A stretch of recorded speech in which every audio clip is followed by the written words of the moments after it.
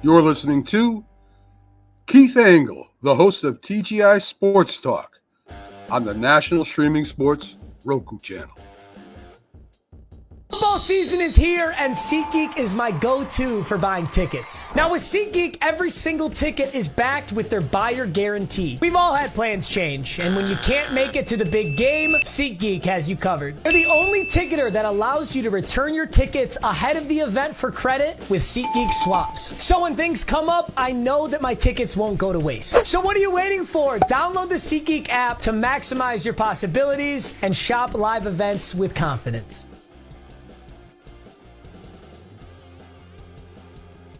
Good afternoon, everybody. Keith Engle here for TGI Sports Talk's MLB update. Why is my microphone so high? I think somebody's been in here messing with my stuff. What do you think? Scarlett. Kidding. Good afternoon, everybody. Welcome, everybody watching on Facebook, our TGI Sports Talk page, our personal page, YouTube, Twitter. Sorry, X. We're live on National Streaming Sports Roku channel. Get those channels downloaded, guys. Go to on your smart TV, whatever you got. You got a Roku stick, put it in, download. I still got music playing, huh? Download that channel. You're going to see lots of great content that you won't. It's not just this show, which I know you guys love, and all my shows. I'm sorry. I'm not in a very I guess I'm in a very cocky mood today. But lots of great content. All the other groups that allow me to share, thank you so much for that. John Gonzalez at the Sports Authorities, Greg Rawlings, at America's Pastime, a love for baseball. Flo and the gang at Bottom Line Sports, thank you so much. LTS, Let's Talk Sports, where Flo and the gang do their podcasting too, at least the initial broadcast of it. Ken Krause at Sports Buds, Sports of All Sorts, and many other groups. Guys, the response has been tremendous. I love it. Thank you. DDH, thumbs up. Ralph Williams, quick shout out to you. I missed you this morning. I apologize. Quick shout out to Ralph Williams at RW Media. Ralph does some wonderful stuff out of Pittsburgh. Specifically the Sports Corner with Smoke and Jim Frazier from 4 to 6 p.m. Eastern every Tuesday. I've been a guest there many times and love it. What else? My thanks to Jim Behringer from FullPressHockey.com. Watch the one-on-one interview with Keith Engle this morning. We had Jim in to catch up on everything hockey, and we talked some college football at the end as well. And we're going to get Jim back on a fairly regular basis. I think we're going to do it on Fridays. I think what I'm going to do is I'm going to try to do 3 interviews a month, the last Friday of every month. So starting next Friday, in February, the last Friday of that month, we'll have Jim on and we'll catch up on hockey and all the sports. And you guys will still be able to do your sound off. We'll have Jim and I there to sound off too. So anyway, my thanks to Jim for coming in. And next week's guest is still up in the air. We're working on a couple of things. I'm reading a book right now by Gabe Paul's daughter, former Yankee GM, president, part owner. It's very interesting. And I hope to have her on in the coming weeks. We've got an ex-Notre Dame player that played for Lou Holtz's national championship team. We've still got John Gillum kind of disappeared on me. He's wary of anything I'm going to send him with a link. So I guess John's not going to come on. But we got some other guys that we got to start revisiting here as we head into or get deeper into the new year. And lots of other news to come later in the year about yours truly in this show. So today, guys, we did have our Hall of Fame inductees. We'll talk about the Hall of Fame inductees. Ichiro, how does this one guy not vote for him? It's ridiculous. CC Sabathia, Billy Wagner, who I've come around on. So we'll talk about those guys and their inductees and kick them around if we like. We'll look at who didn't get in and who's trending upwards, and I'll make some comments on some players I think will be in. A couple of players from my ballot did not make it in. Next year's first timers, I don't see a solid choice there. Cole Hamels kind of leads the pack. I don't think anybody from that class is going to make the Hall of Fame, which is going to help Beltran's getting in next year. I don't care about the cheating scandal. Just forget it. Get over it. Andrew Jones might have his chance. He's only got two times left. Chase Utley, who I'm unsure about, I think gets in. Maybe not next year, but he'll boost up a lot next year, I think, as will some other guys. We'll take a look at that list. We'll look at some news. Jurickson Profar signs with the Braves. Sasaki signed. I don't think we talked about Sasaki signing with the Dodgers. What they're doing is crazy. They got like $1.4 billion now in deferred money. Sasaki and Scott both signed there. Profar with the Braves. Typical Braves signing and a really good signing, by the way. The Blue Jays finally signed a blue chip free agent, if you can say that, in Santander. I don't know. He's not Soto when he's not Ohtani, who they've been chasing around the last couple of years, but they get a solid outfielder. And we'll certainly take your comments as well. Who's with us this afternoon so far? Drew is with us. Good afternoon. Good to have you with us. Drew was all over Billy Wagner. I had to come around on Billy Wagner. There's two things for me. And Danny Fuller, good afternoon to you as well. We did talk about your LA Kings this morning. If you want to review the Jim Behringer interview this morning, Danny. You're building quite an empire out there. If it doesn't collapse under the weight of its own deferred payments, I don't know if it's good for baseball or not. We can get into that topic as well. But we're starting with a Hall of Fame. Drew brings up Billy Wagner, who took me a little while to come along with. I'm okay. I'm all right now. But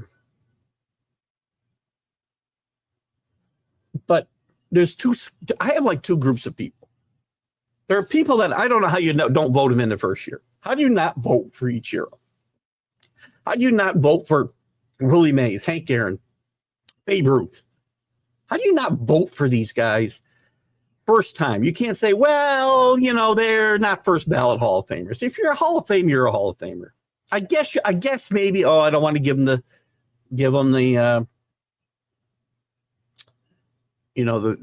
what am I trying to say? The accolades of a first round Hall of Famer. Some guys are just Hall of Famers from day one. Ichiro is. There's no way Mo Rivera should have been the first. And he's in the news for all the wrong stuff today, but I'm not going to dive too much into that. If people have comments, we can talk about it. Keep them clean, please. We don't know what's going on and what hasn't, but we'll dive into that if we have to. But there's no way Mo Rivera should have been the first unanimous Hall of Famer. Now with the names that have been in through history. Now some guys have to work their way up. I get it. Billy Wagner, no way I would have voted him in the first time. It took me time and years and maybe reflection, comparisons with other players that hit the ballot, whatever the process might be. And then you got, and they mature on the ballot. They mature on the ballot, if you will. Beltran's going to be a Hall of Famer.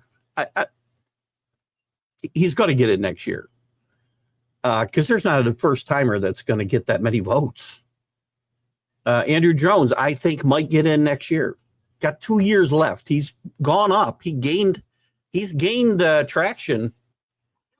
Whoa, sorry guys. Jesus. I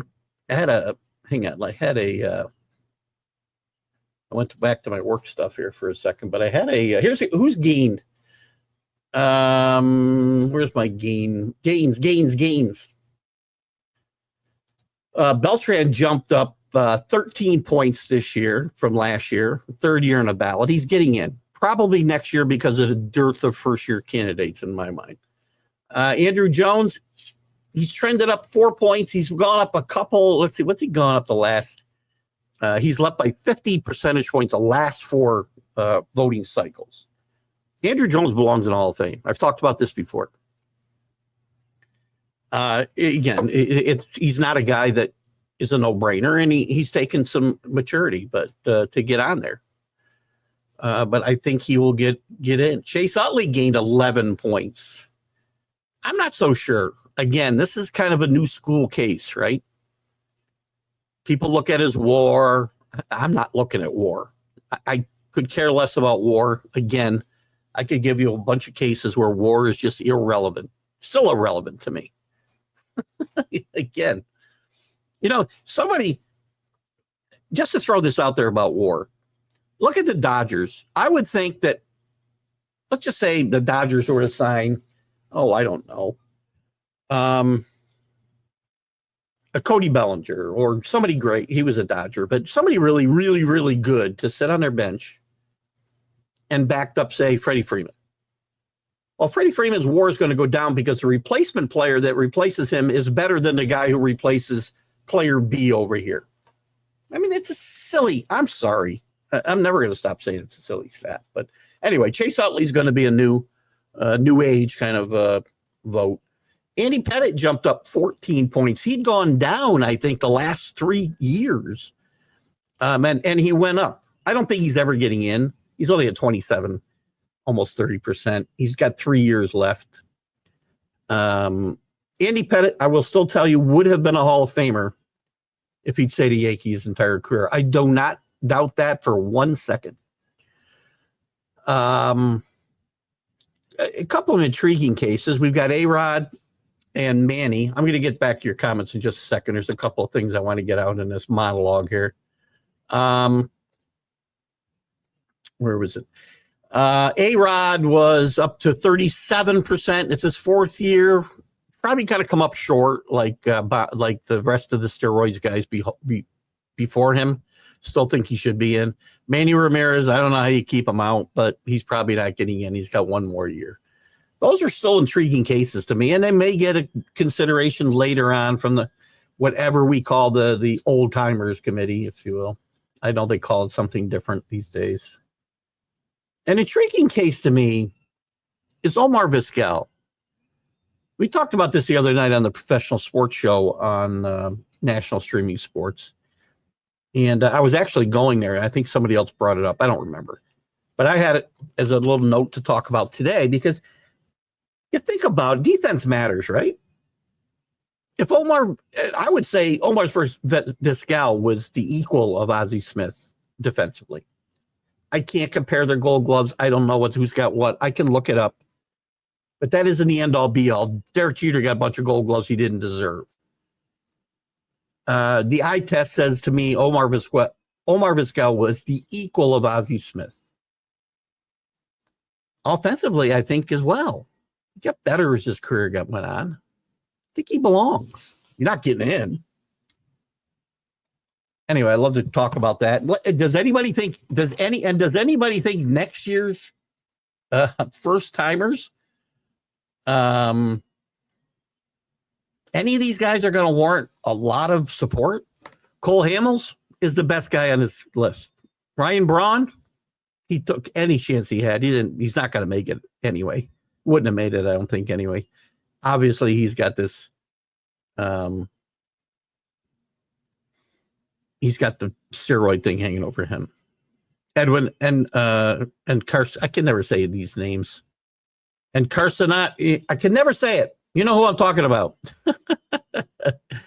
Howie Kendrick, Chin-Soo Choo, Alex Gordon, Nick Markakis, Hunter Pence, Gio Gonzalez, Matt Kemp. Not getting in.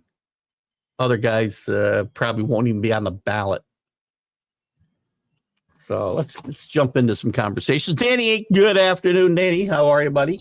Hope you're still doing well and safe out there in LA, and your friends and family are the same. Kevin Wagner retired when he was still great, just to be with his family. Yeah, okay. I don't know that really matters in my judgment. Again, if I'm going to assume the guy would have had a bunch of more good years, Drew, why should I not be able to lop off Don Mattingly's years at the back end of his career when he had a bad back and was was a shadow of the player he was, the great player that he was for 10 years.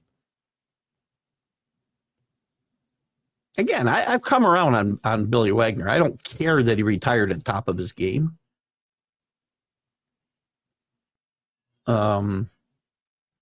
I don't know how that necessarily comes. If we're only supposed to factor in what we see in front of us, I can't assume what would have happened if he stayed. Just saying, whatever. It doesn't matter. I come around to Wagner. You got me. Billy Wagner, again, is not a no-brainer Hall of Famer to me. He's just not. And most relief pitchers aren't. Mo, to me, he's about the only guy I can think of off the top of my head that I would say is no-brainer. You can say he belonged in from the start. That's fine. It's a subjective thing. All of this is subjective. Problem is, people get the vote. They don't even watch baseball games. They never saw some of these guys play. How does one guy leave a chair off his 10 guys? You got 10. You got 10 places you can put guys into. You don't vote for him at all? Ichiro, funny. Ichiro said he'd like to have a cup of coffee with him. And I also think these guys' names should be public again. There was something, I want to say it was back in 2012-ish. I don't know. There was a recommendation from one of the committees that the vote all be public. And the powers that be at the Hall of Fame voted that down and said that it's up to the writers whether they want to make their vote public. Many do. Many are not ashamed to put who they voted for out there. I think this guy should come forward. I know he's probably afraid of the ridicule that he'll get, but he should, to me, he should need to explain his case or lose your vote. What case can you have not to vote for Ichiro other than you don't believe anybody should get it on the first ballot? And that's not what I said about Wagner, by the way. I think Wagner is a guy who needed to get on there. And again, Drew, it's not like he got started with 70% of the vote. He worked his way up from, I want to say, 30s or 40s. No, I don't know. I can probably look it up, and as can you. But again, I'm just not. It should be a prejudice against most relievers. The way the game is played today, Raleigh Fingers, no-brainer to me. Rich Gossage, no-brainer to me. Those are all no-brainers. Mo, no-brainer. Even Mo, to a certain extent, it should be held with this prejudice, Drew, because of the way the game's changed.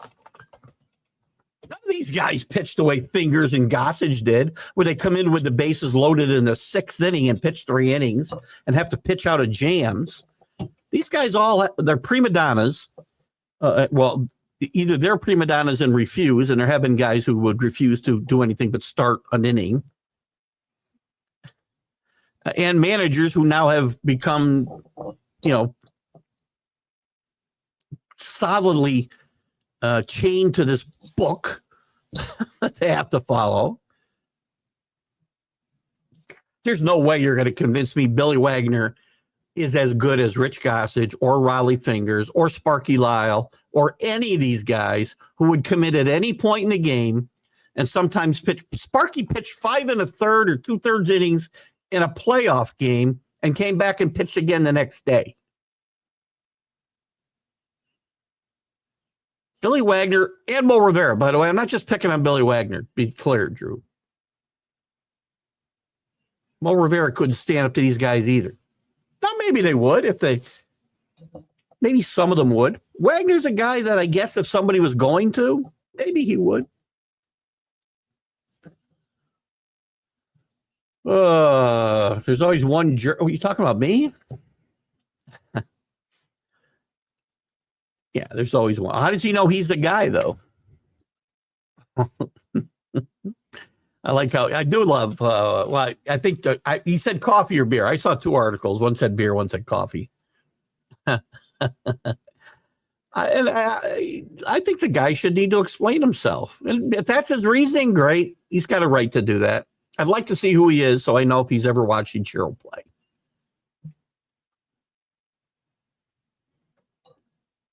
I mean, Chiaro's got over 4, I think, if I'm not mistaken, somebody correct me, between Japan and he's got 3,000 hits here. And he's got probably over 4,000 combined. Carlos Castro, welcome. Any thoughts on the Mets this season? I'm not crazy about the Mets offseason, quite frankly. We'll jump into a little bit, Carlos. Stick around, okay? I'll give you my quick thoughts. Great signing with Soto, yes.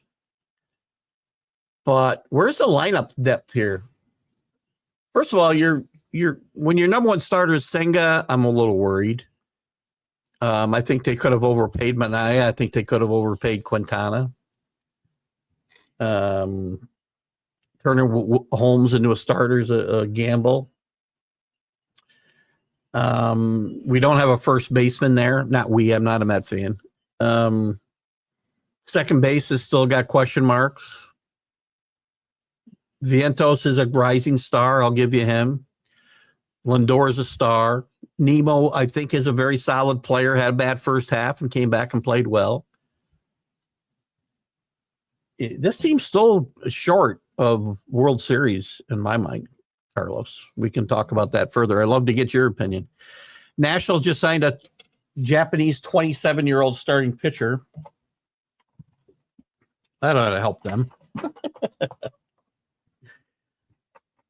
How about Jackson here I go again, Jackson. Jerkson Profar. I swear to God, he was referred to as Jackson when he was in the Rangers organization. I must have dreamed this. I must be living in. Sometimes I think I'm in a parallel universe, and I might be in it today because I agreed with Jack Hirsch on everything we talked about this morning when I stopped in the Mac and Jack show. I think Jerks and Profar signing with the Braves, typical Braves signing, man. They will get the most out of him. Similar to what San Diego did. I still would like to see the Yankees sign him. Yankees still with some holes. Second base or third base, depending on what they decide to do with Jazz Chisholm. Backup catcher. Left field, hopefully, is Dominguez. It can stand up and step up. I know they want to lot. They're not, by the way, when we talk about the Dodgers and their spending, Danny, before you talk about how much the Yankees spend, they're below the threshold, right? Or they want to get below. They're around the threshold. They want to stay below it. This is why they're looking to trade Stroman and his salary. Not that I'm saying that's restrained at $300 million. But and the Yankees never, by the way, I know you'll say, oh, the Yankees did this for years. The Yankees never did anything close to what the Dodgers have done here the last 2 years. 3 years. Go back to them bringing Freeman in. Was that last year? Maybe it's 2 years.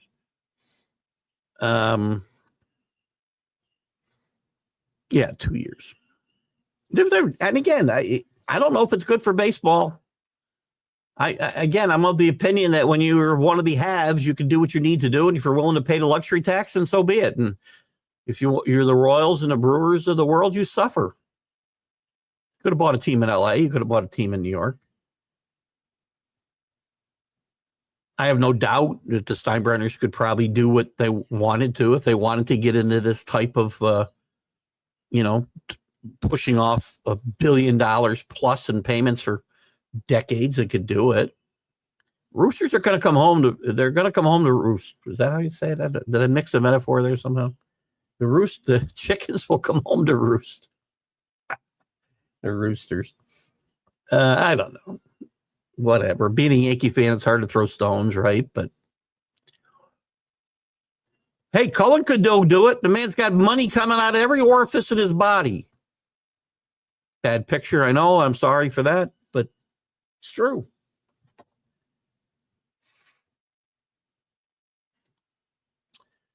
Taking the voting out of the pompous writers' hands, assign a members committee or something. Writers stink. I don't have a problem if they watch the games, Danny. If they're the what? Oh God, the beat writer. I really don't have a problem with that. They're watching games night in, night out. They certainly should see more games than I do.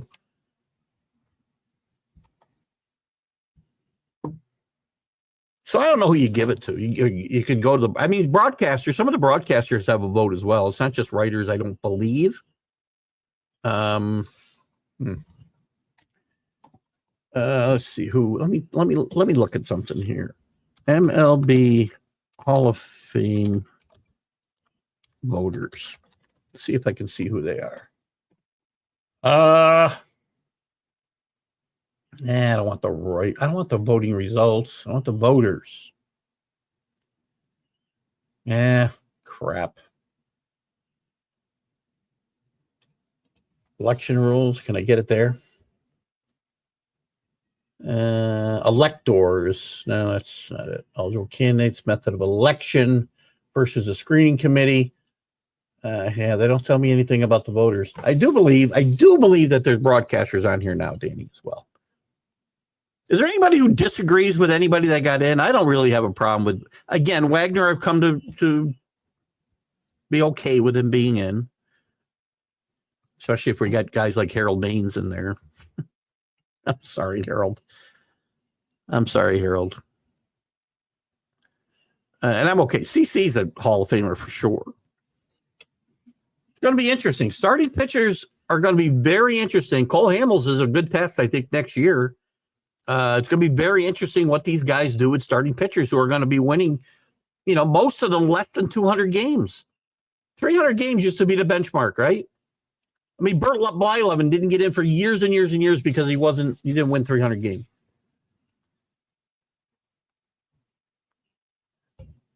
That was the word.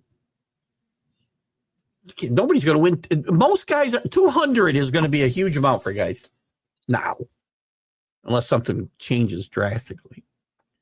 Back to the Mets, overpaid for Soto too. Mets have significant ground. Do you overpay, though? If you really want the guy, sometimes you got to overpay to get him. Again, to me, there's always a difference between, I don't disagree. I would not have paid it. But once somebody's willing to pay you, you're worth the money. You got to earn it. That's two different things. I got to go earn my money. They pay me what they pay me. Get paid very well. So I'm worth that. At the time they give it to me, it's given to me. I've got to go earn it. If I don't, lose my job. That should be able to happen here. But now we got guaranteed contracts and tough. Roosters will come home to chicken. There you go. Whatever.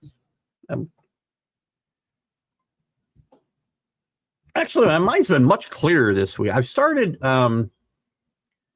in the last 10 days. I don't think we've done 10 days yet. I don't know what we've done. I've started doing some at home because I won't go out in public and do these things because I'm too self-conscious of things. Doing some yoga, getting my ass on the treadmill and actually turning it on. So I felt much sharper this last week. And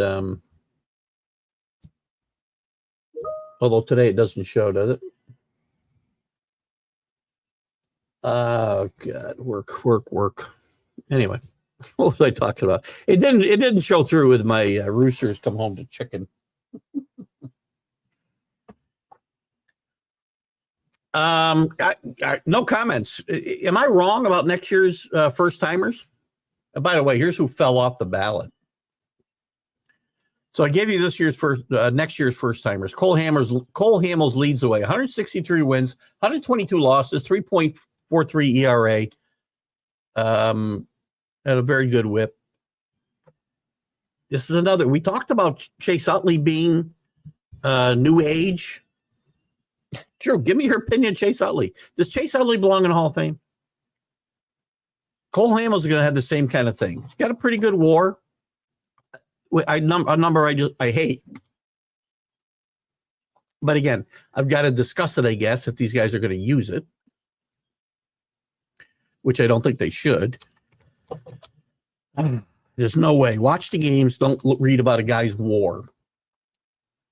But it's easier just to do that, I guess. So here's his career numbers.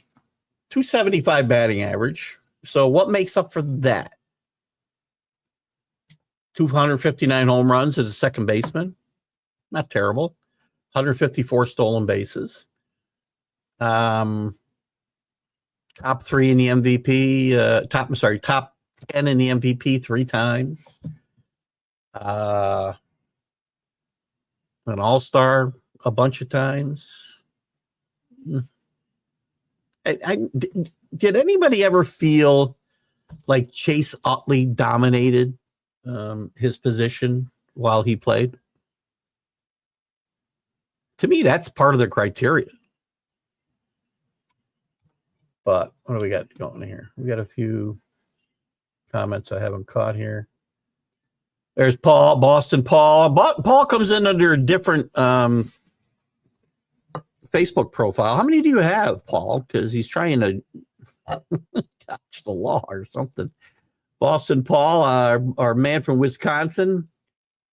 We found out Wednesday night he roots for like 5 college teams.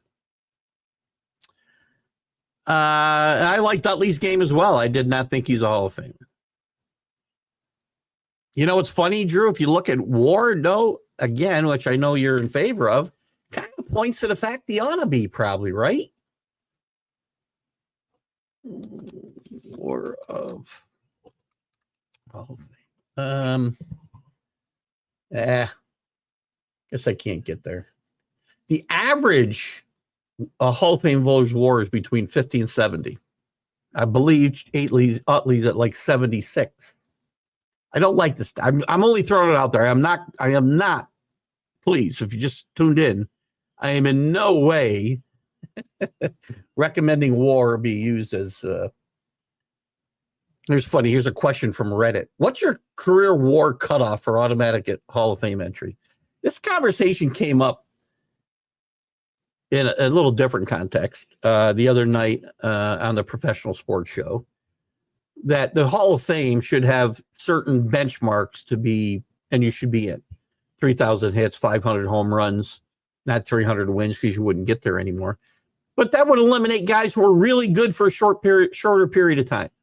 It shouldn't be just compilers. Compilers who had great long careers, Carl Yastrzemski, they were really good and great players from time to time for a long time. That's okay to reward those guys.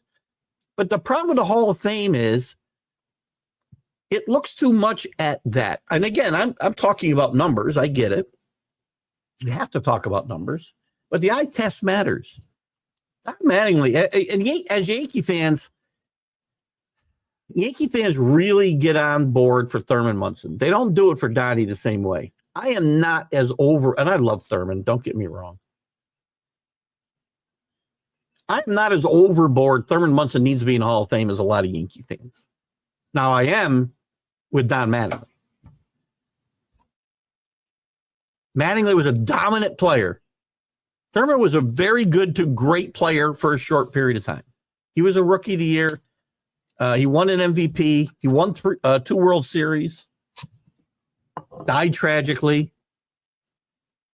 He wasn't going to. His career was trending down quickly.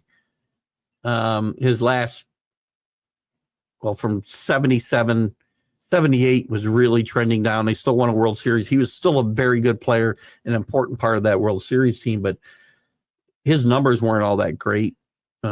His defense wasn't up to par. In 79, before he died tragically, he was playing right field and first base more. I'm more in the camp of Don Mattingly belongs in a Hall of Fame because he was dominant for a significant stretch. Those guys need to be considered as much as these guys who are around for 20 years. Albert Bell. No. Albert Bell's not even on the ballot anymore. He fell off the ballot. I don't think he even made it. No. And again, maybe we shouldn't consider. I got to look at his numbers, but again, just thinking about who Albert Bell is, I don't want him in the Hall of Fame. But again, we're not electing Saints, right? He only had 381 homers. He did have a great OPS, man, 933. MVP. These are kind of things I look at. He was top 10 in the MVP 4 times. Got as high as 2. So he finished second and third 3 years in a row. You know, he probably deserves more of a consideration than he got. I think Albert Bell is certainly a case of a bad attitude who writers didn't like, and he didn't get a look.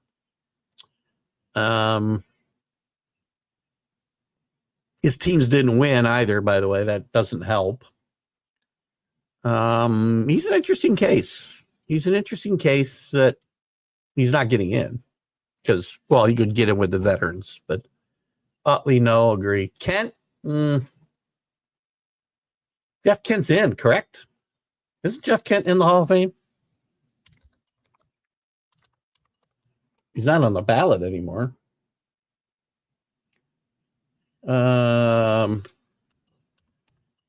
maybe he timed out. No, he fails to make the Hall of Fame. Good call. Just last year, he timed out. He reached,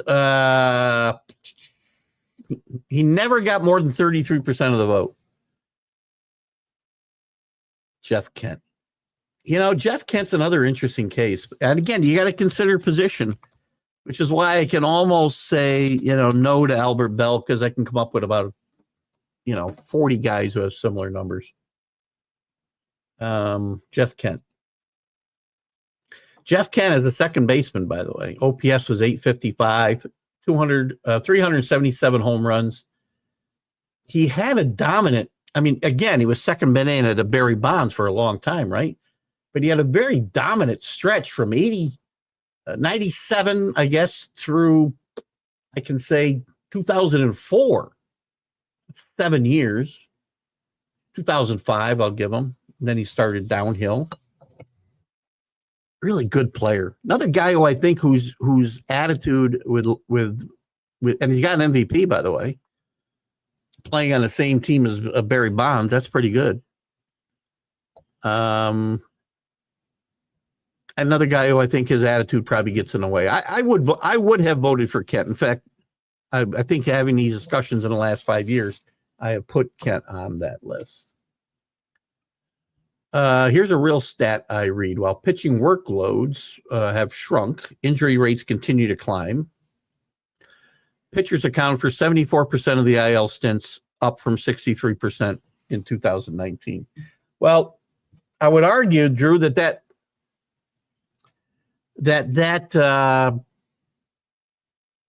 kind of feeds my argument that the way pitchers are handled today doesn't help them. It hurts them. I've had this argument for a long time, very loudly sometimes, that the way major league organizations, and maybe even sooner than that, handle pitchers does not, and they're trying to get them not hurt because they make so much money. We don't want them to get hurt. And that I've said for a long time, I think they're hurting them rather than helping them. How many times do you think Nolan Ryan was on a disabled list in his career? More early in his career than later, betcha. It is a disabled list, by the way. I just want to be clear. We do not care about offending disabled people. It's a disabled list because they can't play. Just get over it. It's baseball. He was on display multiple times. So let's see. Early in his career, I know he did have a bad elbow one year, I know, but early in his career he had a lot of blisters. 90, he was moved to disabled list in May, was struggling with back pain, nothing to do with his arm. 93, that's when he was done. He tore his ligament in his arm at 40 something years old. Oh God. Oh Gosh. He pitched the latter part of his career with a damaged UCL and chose not to have the surgery. He was still throwing in the mid-90s, and he retired. He could come on. I mean, we baby these freaking guys. I did look at his numbers, and they're okay. I know you're talking about Albert Bell still. He's a bad guy. We don't know whether he's a steroids guy, by the way, which is the problem with the steroids guy, and that's why I vote for all of them. I don't know who did it and who didn't. I had hitters facing pitchers that were doing steroids. We don't know who they did. Don't look at the Mitchell list, the Mitchell report, and think that's who did steroids.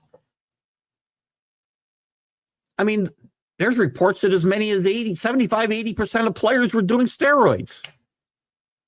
So how do you pick and choose? You put Big Papi in there? I keep Bell out because of his attitude. In this case, Paul, it's a popularity thing. Albert Bell was his own worst enemy. And if he was a better person and wasn't, threatening reporters and gosh, this wasn't a good guy. I understand there's a lot of bad guys in the Hall of Fame. Racists. Just bad people. Ty Cobb, leads the pack. There's a lot of reasons you don't get in.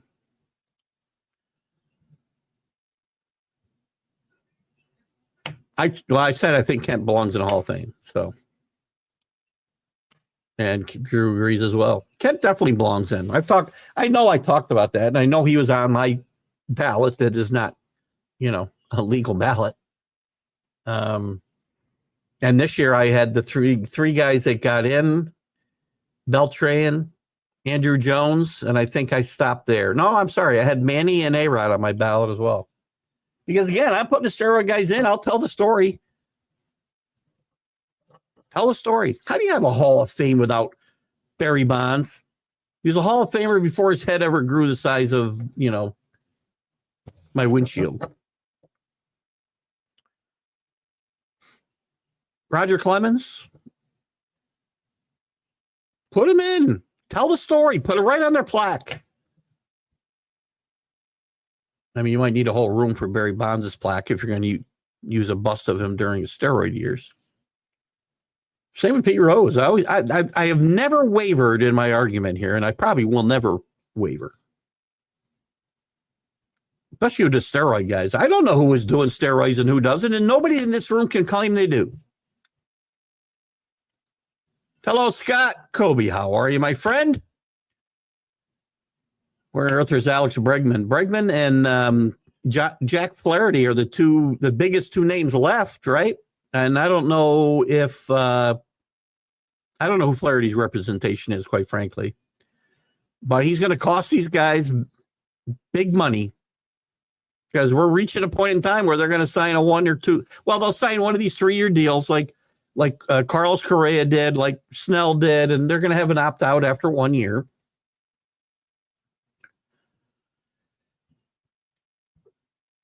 He gets his money eventually. He doesn't do I don't think he does right by his. I mean, look for every Soto, there's a Bregman. Or maybe there's 4 Bregmans.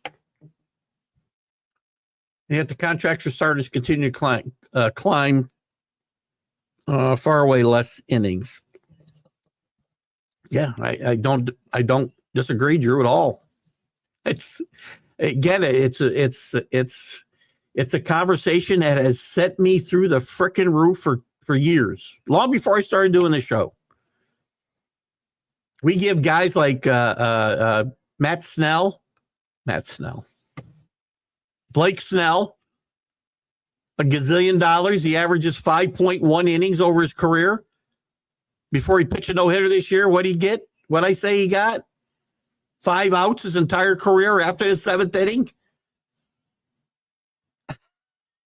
Come on. Oh, God. Nah, I'm not buying Joe Carter. Not buying Joe Carter. Joe Carter was a fine player. Joe Carter's not a Hall of Famer. Not buying that one. But we will look at his numbers. Don't think I'm buying that one, Paul. Let's see what he's got. Played 15 years.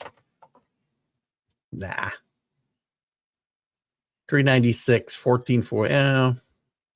He hit 259 for his career. His OPS is below 800. Not doing it. Not doing it. 2 top 10s in the MVP. He was in the top 20 1, 2, 3, 4, 5, 6, 7, 8 times. Didn't dominate ever. Albert Bell has and again, maybe just me. Albert Bell has a better case than Joe Carter.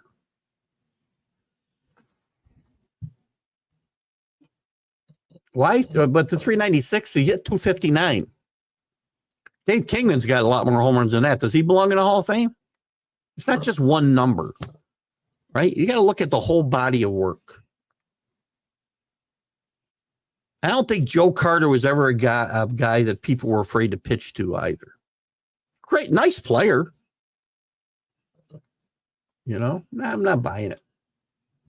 Yeah, this is where I'm at. OPS is one stat that we've come to rely on that I'm okay. It's a little new age, right? But at least it's combining two important long time statistics that we care about: on-base percentage and slugging percentage. Those should matter. 771 is probably not getting it done. Not as an outfielder. If he was a second baseman, maybe. Right? But again, position matters too. As I said, I could find 40 guys with those numbers. They don't all belong in the Hall of Fame.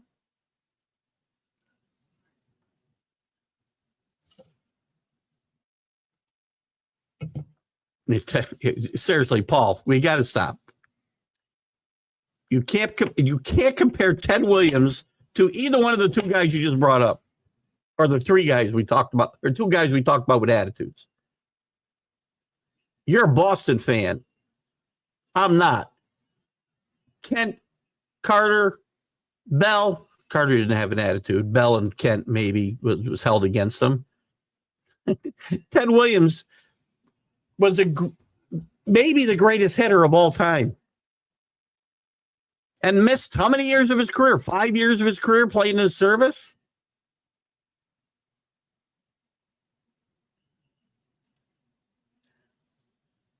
Could have preserved a 401, I think 401 batting average by not playing the last day of the season and whatever year it was in the 40s. And played both games of a doubleheader and end up at 406. I hope my numbers are right. They're all right off the top of my head. Ted Williams, one of the greatest players of all time.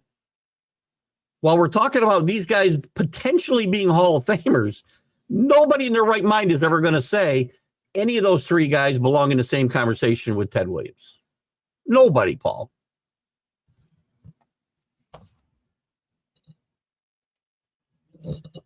Dick Allen was considered an attitude issue too, and he finally made it. It took him years. I mean, he's been off the regular voting ballot probably for, I don't know, when he retired, late 70s. So he was probably off the main ballot for 40 years before he got in.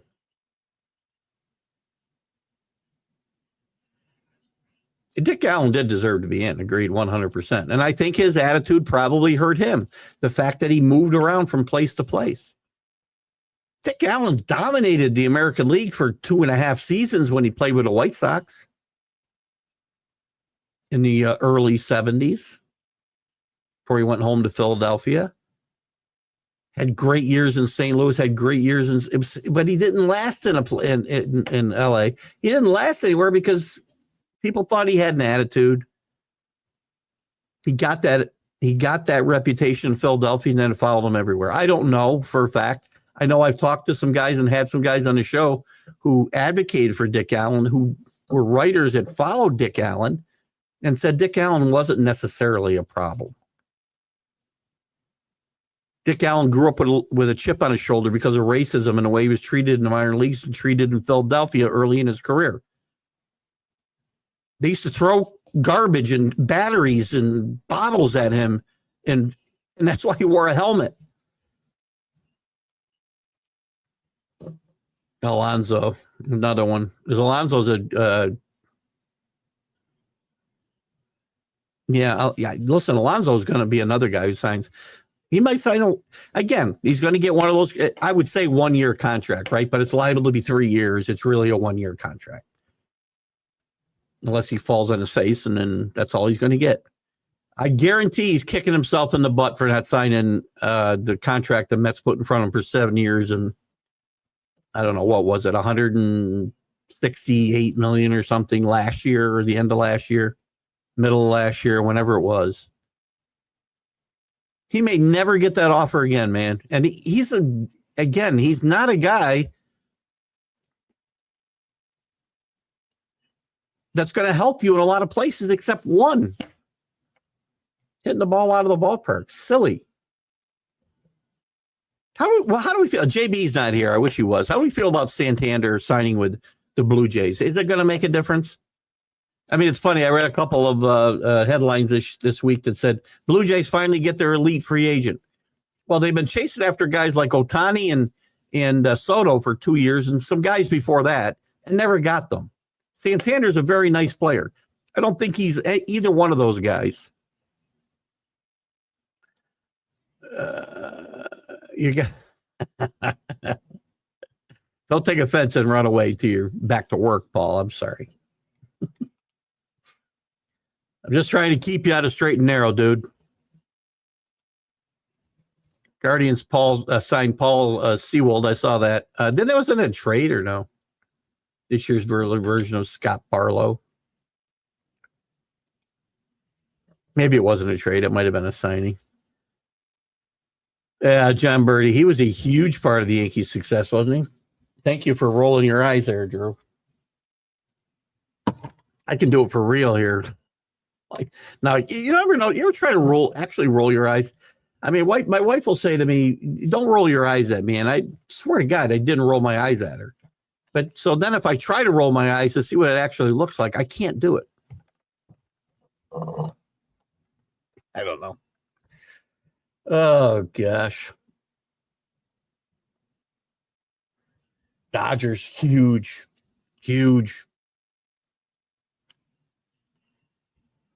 Santander is a very secondary consolation prize for he had a great year last year, a good year last year. I shouldn't say great. We use the word too much, right? So do I. I use it too much. I had to laugh when I saw a couple of headlines that said they finally get an elite free agent. Not a guy I was claiming for the Yankees to bring in. Still some work to do with the Yankees too. Let me see. Before we wrap up, we got a few minutes left. Let me see if we missed any news here. Drew's been right on top of that. Ryan Presley's weighing his options as Astros and Cubs also pursue Alex Bregman. According to this, in the Athletic, the Astros are not totally done and close the door on Bregman. New details emerge on the MLB's. We'll get into this maybe in the coming weeks. The MLB is going to test robo-umps in the spring. We don't need robo-umps. Let's wreck this freaking game. Let's just turn it into a video game. We don't need players. We can just have AI versions of them. We don't need umpires. Let's have a drink and chat. ML makes 2 rules. Let's check this out. Where's Paul? You still with me, Paul? MLB institutes 2 rule changes for 2025, closing loopholes on shifts. More changes we don't need, I'm sure. Both attempting to avoid rare instances where the old rules could have incentivized teams to try to game the system. The most significant change is stiffening the penalty for a fielder who violates the infield shift rule and is also the first to touch the ball. Can't we just play baseball?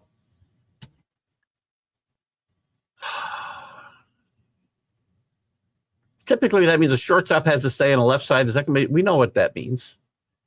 Going forward, a batter who is newly granted to be granted first base, and any runner to advance a base if this guy was not lined up where it should be. Where was it before? What was it before?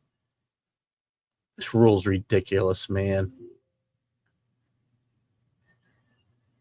I don't even want to get into it. I'm sorry I even brought it up. We'll talk about this on another show when I don't want to get ticked off. John Birdie, $2 million though, Drew. How about that? $2 million guaranteed. Got to be happy with that.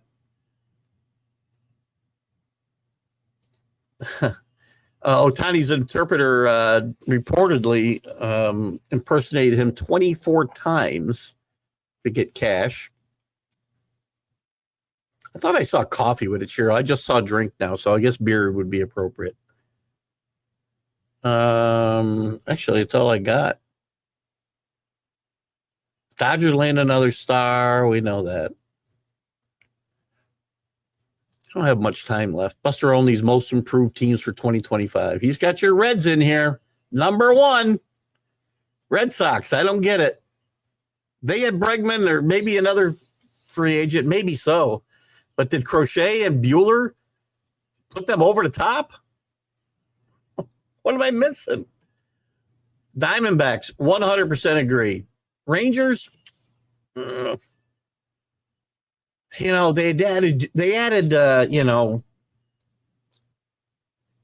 flawed players like Jake Berger, Jock Peterson. Young maybe makes a return to third base. They're counting on guys getting healthy. That's the only way they're going to be improved. DeGrom getting healthy, Young getting healthy, Corey Seager getting healthy, they'll be better.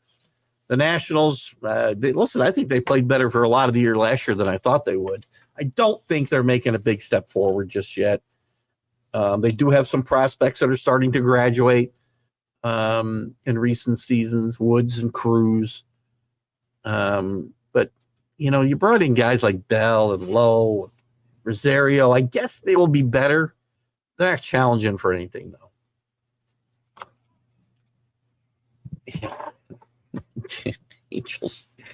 Angels had a lot of guys that would be good like 10 years ago, right? They're horrible.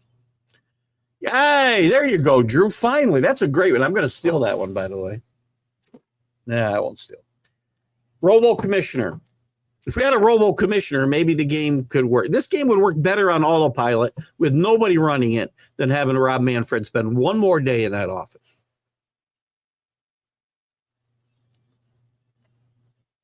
So Robo umpires, tweaking rules that we didn't need in the first place. Good God, right? I mean, gosh. Anyway, congratulations to Ichiro, CC, Billy Wagner. Next year, expect to see, listen, again, no great first-timers, so I think Beltran gets in. I think Andrew Jones gets in next year. Might be the only two guys that get in on the regular ballot. So thank you, Drew. Thanks for popping in. We'll talk about this and more on Sunday, guys. So pop in, and we'll do this all again on Sunday in the stream of consciousness. You guys have a great, great night. I'm on my way to see my granddaughter and have some pizza. And God knows what else will happen. So see you later. Have a great day. Bye-bye.